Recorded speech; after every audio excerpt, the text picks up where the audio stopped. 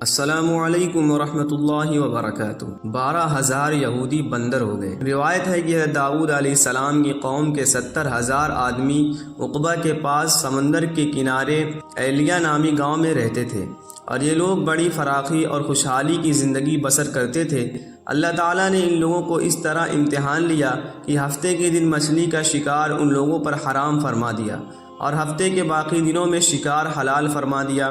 مگر اس طرح ان لوگوں کو آزمائش میں مبتلا فرما دیا کہ ہفتہ کے دن بے شمار مچھلیاں آتی تھیں اور دوسرے دنوں میں نہیں آتی تھیں۔ تو شیطان نے ان لوگوں کو یہ حیلہ بتا دیا کہ سمندر سے کچھ نالیاں نکال کر خشکی میں چند حوض بنا لو، اور جب ہفتہ کے دن ان نالیوں کے ذریعے مچھلیاں حوض میں آ جائیں تو نالیوں کا منہ بند کر دو، اور اس دن شکار نہ کرو بلکہ دوسرے دن آسانی کے ساتھ ان مچھلیوں کو پکڑ لو۔ ان لوگوں کو یہ شیطانی حیلہ بازی پسند آ گئی، اور ان لوگوں نے یہ نہیں سوچا کہ جب مچھلیاں نالیوں اور حوض میں قید ہو گئی تو یہی ان کا شکار ہو گیا، تو ہفتے ہی کے دن شکار کرنا پایا گیا جو ان کے لیے جرم تھا۔ اس موقع پر ان یہودیوں کے 3 گروہ ہو گئے۔ پہلا گروہ کچھ لوگ ایسے تھے جو شکار کے اس شیطانی حیلہ سے منع کر رہے تھے اور ناراض و بیزار ہو کر شکار سے باز رہے۔ دوسرے کچھ لوگ اس کام کو دل سے برا جان کر خاموش رہے، دوسرے کو منع نہ کرتے تھے بلکہ منع کرنے والوں سے یہ کہتے تھے کہ تم لوگ ایسی قوم کو کیوں نصیحت کرتے ہو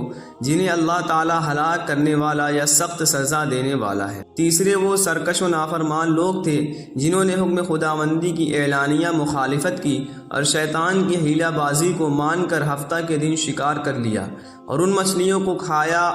اور بچا بھی لیا۔ جب نافرمانوں نے منع کرنے کے باوجود خود شکار کر لیا تو منع کرنے والے جماعت نے کہا اب ہم ان معصیت کاروں سے کوئی میل ملاپ نہ رکھیں گے۔ چنانچہ ان لوگوں نے گاؤں کو تقسیم کر کے درمیان میں ایک دیوار بنا لی اور آمد و رفت کا ایک الگ دروازہ بھی بنا لیا۔ حضرت داؤد علیہ السلام نے غضبناک ہو کر شکار کرنے والوں پر لعنت فرما دی۔ اس کا اثر یہ ہوا کہ ایک دن خطا کاروں میں سے کوئی باہر نہیں نکلا تو انہیں دیکھنے کے لیے کچھ لوگ دیواروں پر چڑھ گئے، تو کیا دیکھا کہ وہ سب بندروں کی صورت میں منسخ ہو گئے۔ اب لوگ ان مجرموں کا دروازہ کھول کر اندر داخل ہوئے تو وہ بندر اپنے رشتہ داروں کو پہچانتے تھے اور ان کے پاس آ کر ان کے کپڑوں کو سونگھتے تھے اور زار زار روتے تھے، مگر لوگ ان بندر بن جانے والوں کو نہیں پہچانتے تھے۔ ان بندر بن جانے والوں کی تعداد 12,000 تھی۔ یہ سب 3 دن تک زندہ رہے اور اس دوران کچھ بھی کھا پی نہ سکے، بلکہ یوں ہی بھوکے پیاسے سب کے سب ہلاک ہو گئے۔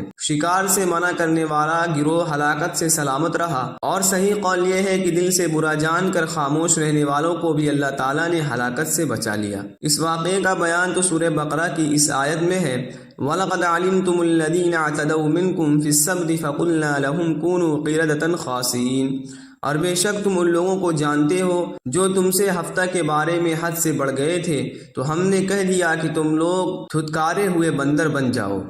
اور مفصل واقعہ سورہ اعراف میں ہے جس کا ترجمہ یہ ہے،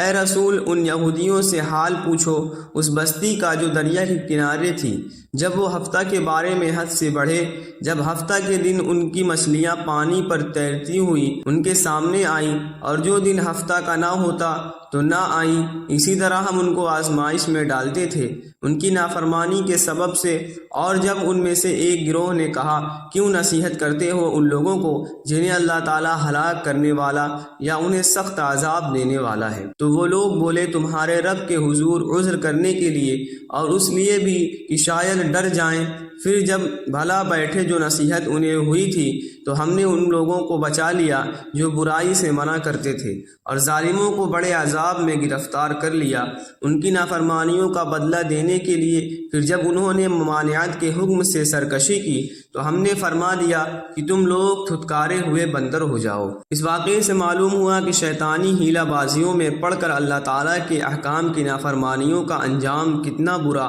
اور کس قدر خطرناک ہوتا ہے، اور خدا کے نبی جن بد نصیبوں پر لعنت فرما دیں وہ کیسے ہولناک عذاب الہی میں گرفتار ہو کر دنیا سے نیست و نابود ہو کر عذاب نار میں گرفتار ہو جاتے ہیں اور دونوں جہاں میں ذلیل و خوار ہو جاتے ہیں۔ اصحاب ایلہ کے اس دل دہلا دینے والے واقعے میں ہر مسلمان کے لیے بہت بڑی عبرتوں اور نصیحت کا سامان ہے۔ کاش اس واقعے سے مسلمانوں کے قلوب میں خوف خداوندی کی لہر پیدا ہو جائے اور وہ اللہ اور رسول کی نافرمانیوں کی پگڈنڈیوں میں بھٹکنے سے منہ موڑ کر صراط مستقیم کی شاہراہ پر چل پڑے اور دونوں جہاں کی سربلندیوں سے سرفراز ہو کر اعزاز و اکرام کی سلطنت کے تاجدار بن جائیں۔ ملتے ہیں کسی نئی ویڈیو میں، تب تک کے لیے فی امان اللہ۔